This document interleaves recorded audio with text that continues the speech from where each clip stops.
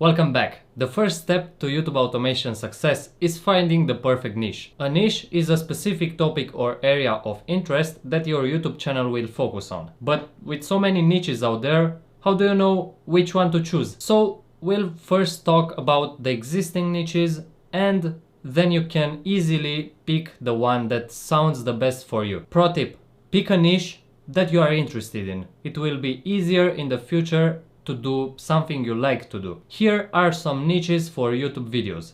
So we have beauty and fashion, gaming, which is 40% of YouTube, cooking and recipes, pet care and training, fitness and workout routines, travel and adventures, technology and gadget reviews, home organization and cleaning tips, personal finance and budgeting, DIY crafts and home improvement, parenting and child care.